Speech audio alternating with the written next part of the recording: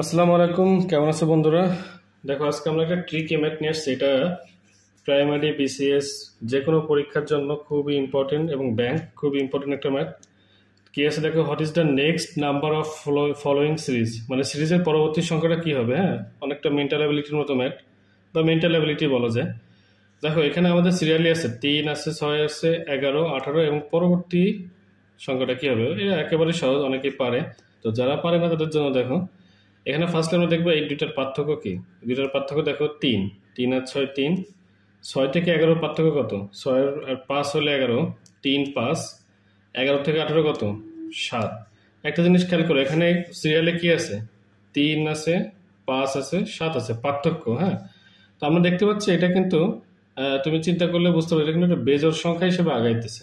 3 থেকে 5, 5 থেকে 7, তো এর পরবর্তী সংখ্যা আমরা বুঝতেই পারতেছি 9, মানে পার্থক্যটা 9 হবে। হ্যাঁ, 18-র সাথে যদি আমরা 9 যোগ করি, 18 প্লাস 9, তাহলে এই সংখ্যাটা কিন্তু আমার চলে আসবে। তো 18 আর 9 কত? 18 আর 9 হচ্ছে 27। তো এই পরবর্তী সংখ্যাটা 27 হবে। তার মানে উত্তর আমাদের কি? সি নাম্বার, এটাই উত্তর।